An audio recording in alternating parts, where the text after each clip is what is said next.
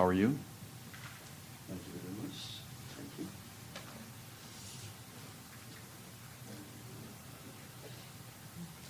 For those of you who are historians, the last press conference we did in this room was the first press.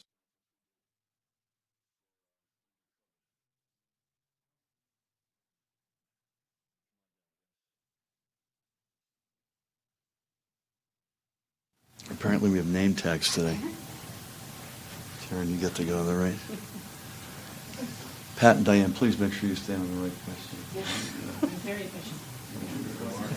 Please check that. I don't think we've ever done that. I knew we had X's. So good afternoon, everybody, and thank you for coming out on short notice. I'm joined by the Commissioner to my far left of the Department of Transportation, Diane Gutierrez-Scacchetti. To my immediate left, the State Police Superintendent, Colonel Pat Callahan, and to my immediate right, the Chief of Staff of the Board of Public Utilities, Taryn Boland. We haven't been together for a while, so this is our first storm press conference of this winter, and I'm hoping it's our last. I'll leave it to Diane, Pat, and Taryn to discuss in greater detail the specific preparations they and their teams are undertaking, but we are ready for whatever comes our way over the next plus or minus 36 hours. As of the latest, we're looking at potentially significant snow across the very northernmost parts of the state down to the I-80 corridor.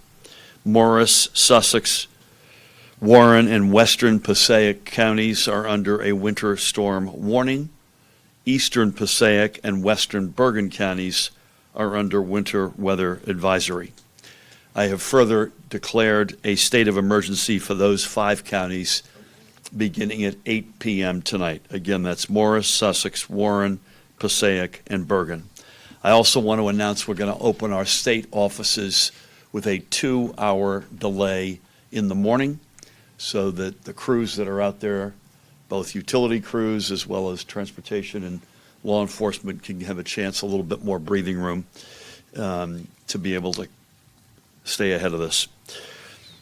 Further south, this storm appears to be shaping up first as a heavy rain changing over to snow early tomorrow, with a couple of inches possible closer to the I-78 corridor, down to a trace of snow farther south. Diane, I think you said to me, if you were to add one other county to the list of accumulation, it'd probably be Hunterdon, with something in the 2 to 6 inch range. If you are traveling, please let the state, county, and local road crews treat and plow the roads.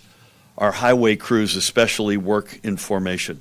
If you see a road crew getting into position or working, please let them have the road ahead of you unimpeded. The Department of Transportation has also been coordinating with NJ Transit, the Port Authority of New York and New Jersey, the toll road authorities, and our regional partners and neighbors to ensure everyone is on the same page. On the back end of the storm, there are potentially damaging winds for tomorrow into Wednesday. Winds of gusting up to as much as 50 miles an hour aren't out of the question, and small craft advisories and gale warnings and gale watches are active up and down the coast. With these winds comes the potential for power outages. If you lose your power, report it to your utility immediately. If you see a downed power line, please stay clear of it, and again, call it in. Notwithstanding how many times we've said that, we've lost lives in our administration for folks who went ahead and touched the down wire. Please remain, I know Tara will want to make this point, please remain mindful that while our electric utilities will try to restore power as quickly as possible, weather conditions at any given moment, especially high gusting winds, could prevent utility crews from getting up in a bucket safely. In fact, Taryn, by law, they're not allowed, they don't go up if it's over 40 miles an hour. And it well could be. So we thank in advance everyone who's going to be on call and working during the storm to keep our state safe, the DOT, partner authorities and agencies, county and local road crews, utility crews, state troopers, police, fire, EMTs, and every first responder. The Office of Emergency Management will post regular updates at ready.nj.gov. That's my favorite all-encompassing place to go, ready weather.nj.gov and on their social media channels. We will also post updates on our official state channels, including at NJGov on Twitter. I will now turn things over to the Commissioner of the Department of Transportation, Diane Gutierrez-Scacchetti. Diane? Good afternoon. As the governor said, we received a storm warning alert from our weather service and have been responding to that all day in preparation for what we'll see later tonight into tomorrow. We have coordinated with the DOT, Turnpike, South Jersey Transportation Authority, Port Authority of New York and New Jersey, and New Jersey Transit. As of this time, there are no scheduled changes to New Jersey Transit service. That will only happen if the situation gets worse and they are not able to maintain their traditional routes. We suggest, again, as the governor said, ready.nj.gov, newjerseytransit.com on their social media outlets. Please make sure you watch Twitter, Facebook, and I guess sometimes even on LinkedIn, you'll find some of those posts. Not differentiating from it. There's a 6 o'clock New Jersey Transit board meeting tonight. That board meeting has been changed to virtual just to ensure the safety of all of our employees. Those meetings go late. We want everybody to get home safely tonight before the weather breaks. As far as assets, we will have all of our traditional assets, all of our DOT trucks, our contractor spreaders down south, central part of the state, our contract spreaders and plowers in the northern part of the state. There is a commercial vehicle restriction being implemented. That commercial vehicle restriction is, the same as it always is, empty straight job trucks, tractor trailers. So we are coordinating with Pennsylvania and New York on that particular issue because they are implementing similar bans as they go across that much more mountainous part of the region. So we want to make sure that we're assisting them as they have always assisted us. Other than that, it is the same advice we give all the time. If you don't have to go out, visibility is not good. Even now, for those of you driving up, I'm sure you noticed coming up with a lot of water kicking up off the roads right now, visibility is tough. The winds are going to pick up. It is going to snow. It's going to turn back to rain. It's just going to be a messy, messy night out there. So if you don't have to go out, please stay home. If you are out and you see any of our teams working, whether it's the colonel's teams on the side of the road helping a disabled vehicle, our folks working, please slow down, move over, and give them space. Our motto is everybody goes home every night, and that's the way it's got to be. We want everybody to return to their families when all of these storms are over. So really appreciate you getting the move over message out for us. Other than that, we will be working all night. And if you know how to reach our comms folks, but I know the governor's comm folks will be working as well, and we'll be keeping everybody updated through our traditional social media platforms. Thanks, Gov. Thank you, Diane. Diane, I have to ask you about boats. No boats. No boats, okay. Please help me welcome the Superintendent of the State Police, Colonel Pat Callahan. Pat? Thank you, Governor. I'll echo a few, both the governor's and the commissioner's remarks. With regard to our posture and preparedness from an emergency management level, we hosted a few calls today with all of our county OEM coordinators and our state partners, as well as the National Weather Service, including a call with National Weather Service just prior to coming in here. I'd also, for those that have to be out there, and we stress that if you don't have to, don't, but 511NJ is the best place to go to see where current traffic conditions are. And I also just highlight register ready. .nj.gov. That's for anyone with access or functional needs. That helps first responders prioritize if we need to get there, up to and including the service providers. So that's registerready.nj.gov. Our state EOC will activate tonight at 8 o'clock, and we'll monitor this through the night.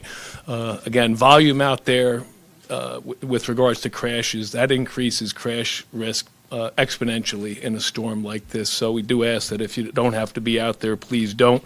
Let those crews do their job. The commissioner always, she does a better job at me in highlighting the slow down and move over law.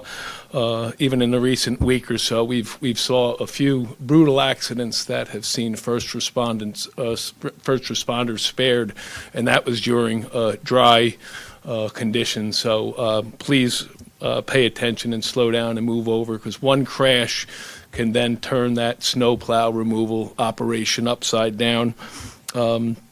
I also just, especially in those higher elevations where the snow amounts are going to be high, to check on your neighbors. You may have some that are snowed in.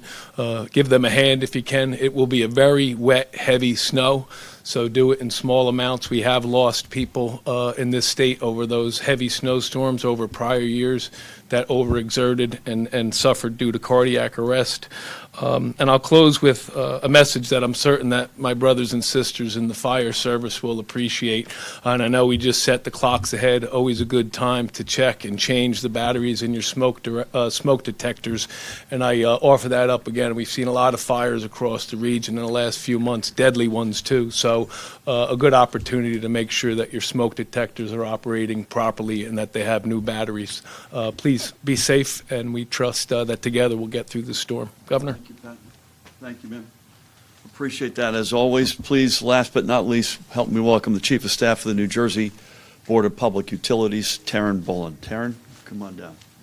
Thank you, Governor, and on behalf of President Fiordaliso, here just to reiterate what the governor said with regard to power outages and downed wires. If your power does go out, please notify your utility immediately. Don't assume that somebody else has called it in for you. If you see a down wire, keep a safe distance of at least 30 feet, assume it's live, call 911, and let them know that it's there. With the winds gusting up over 40 miles an hour, we won't be allowed to have the bucket trucks going up to do repairs and assessments. So if you do lose power, please be patient. Once the winds calm down, they can go up.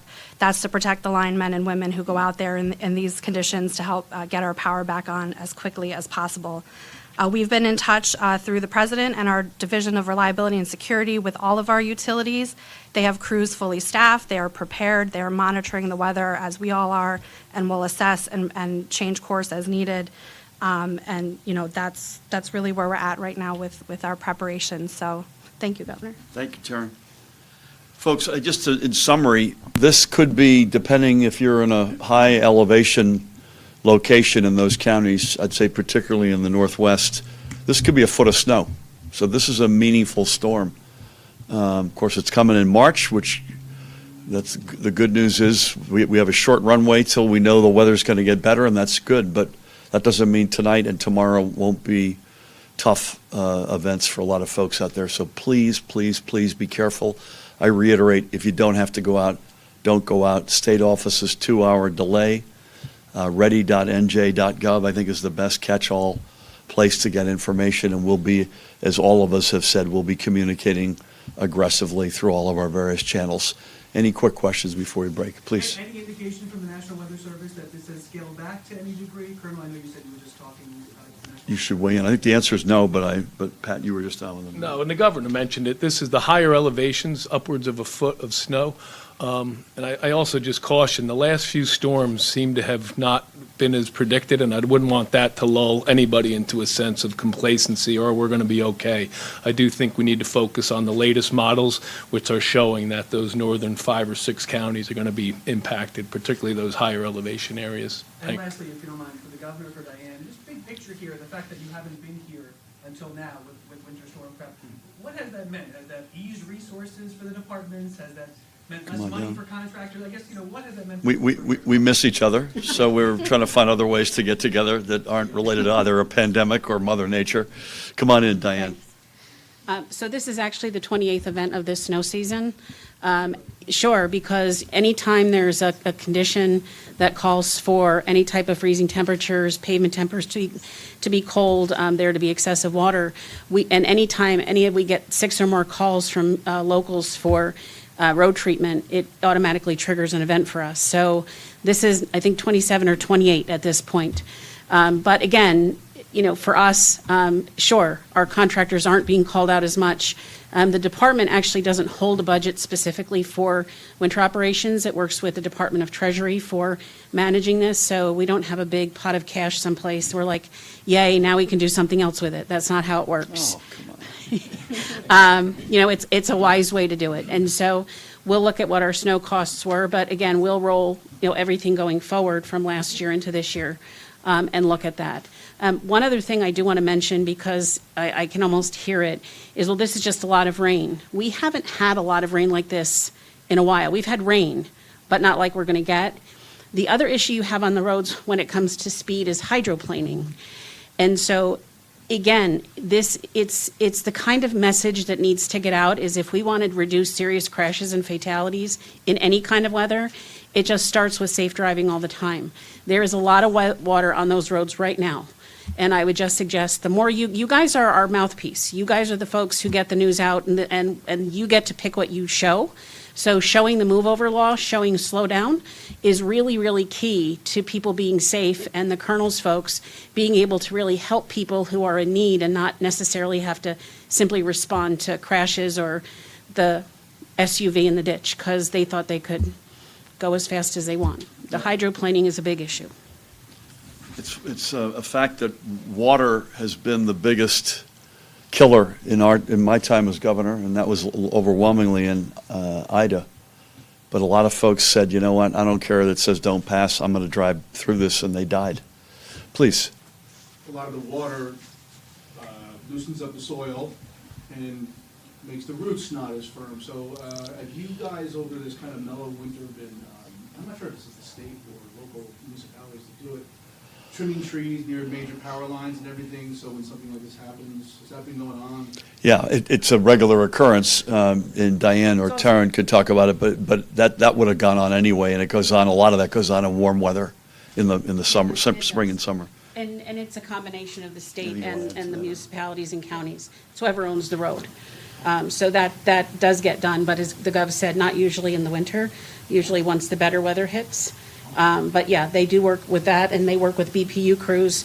DOT supports the BPU crews when they need to cut and toss to get trees out of the way so that they can do their line work. Yeah. Any comments on that, Yeah, Taryn? just Come on in. if you It's could. something that the utilities have a schedule for. They go around and it's what we call vegetation management. And it's, something that they're working through across the year when the weather's good and they can get up there and out there and do it. And as the commissioner said, the localities also, where they have the right-of-way responsibility, they're out there trimming trees too. Yeah, other than the battery point, that you made already, Pat, I'm not sure this is necessarily relevant, but we've had very few storms in our 5+ years together that came after daylight savings was in place, so that'll be another wrinkle on this one. Anybody else? Are we good? Stay safe, everybody. Ready.nj.gov. Don't go out if you don't have to. If you do go out, please respect the crews. Be safe.